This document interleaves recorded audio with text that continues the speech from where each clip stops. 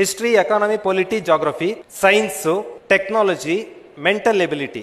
7 ಒಂದೊಂದು book 400 page ಇರ್ಬೋದು ಅಂತ ಇಟ್ಕೊಳ್ರಿ, ಅಥವಾ 500 ಇಟ್ಕೊಳ್ರಿ. 7 ಎಷ್ಟಾಯ್ತು?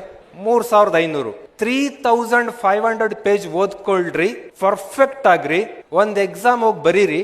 ಸರ್ ನಾನು ಫೇಲ್ ಆದೆ ಅಂತ ಯಾರಾದ್ರೂ ನನ್ನ ಹತ್ರ ಬರ್ತೀರಾ ಅಂದ್ರೆ ಯಾರು ಬರಲ್ಲ. Because no failure. 3500 ಪೇಜ್ ಓದ್ಬೇಕು. ನೀವ್ ಆದ್ರೆ ಏನ್ ಮಾಡ್ತಾ ಇದೀರಿ, ನೀವು ಕಳ್ಳರುಗಳು ಅಂತಂದ್ರೆ 3500 ಪೇಜ್ ಯಾಕೆ ಓದ್ಬೇಕು ಅಂತ ಹೇಳಿ ಬುಕ್ ಸ್ಟಾಲ್ಗೆ ಹೋಗ್ತೀರಾ. ಅಣ್ಣ ಪೊಲೀಸ್ ಬುಕ್ ಯಾವ್ದಾರ ಬಂದೈತೇನಣ್ಣ ಅಂತ ಕೇಳ್ತೀರಿ. ತಗೋ ಪೊಲೀಸ್ ಕೈಪಿಡಿ ಬಂದಿದೆ ತಗೋ ಅಂತ ಕೊಡ್ತಾರ ಅವರು. ಇಷ್ಟಿರುತ್ ಬುಕ್ ಅದು. ಆ ಬುಕ್ ಓದ್ಕೊಂಡ್ರೆ 30 ಮಾರ್ಕ್ಸ್ ನೆಟ್ಟಿಗೆ ಬರಲ್ಲ.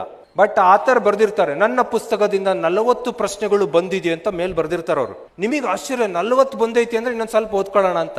ಯಾವ್ದು ಬಂದಿರ್ತವೆ? ಭಾರತದ ರಾಷ್ಟ್ರದ ಪಕ್ಷಿ ಯಾವುದು ಅಂತ ಇರುತ್ತೆ. ಅವ್ರು ಅದನ್ನು ತೋರಿಸಿರ್ತಾರೆ, ನನ್ನ ಬುಕ್ಕಿಂದ ಬಂದಿದ್ದಿದು ಅಂತ. ಮನುಷ್ಯನ ದೇಹದಲ್ಲಿ ಅತ್ಯಂತ ದೊಡ್ಡ ಅಂಗ ಯಾವುದು? ಲಿವರ್ ಗಿವರ್, ಅದು ನನ್ನ ಬುಕ್ಕಿಂದ ಬಂದಿದೆ. ಇಂಥ ಸಿಲ್ಲಿ ಪ್ರಶ್ನೆಗಳು. ಸಿಲ್ಲಿ ಪ್ರಶ್ನೆ ನೀವು ಆ ಬುಕ್ ಅಲ್ಲ, ಖಾಲಿ ಹೋಗಿ ಕುತ್ಕೊಂಡ್ರು ಬರ್ದು ಬಂದ್ಬಿಡ್ತೀರಿ ನೀವು. ಈ ಬುಕ್ ಅಷ್ಟು ಸೇರಿ ದುಡ್ಡು ಹೇಳ್ಬಿಡ್ತೀನಿ ನಾನು. 7 ಬುಕ್ 500 ರೂಪಾಯಿ ಆವ್ರೇಜ್. 7 5 35, 3500 ರೂಪಾಯಿ ಆಗತ್ತೆ. ಕಡಿಮೆ ರೇಟ್ ಏನಿಲ್ಲ.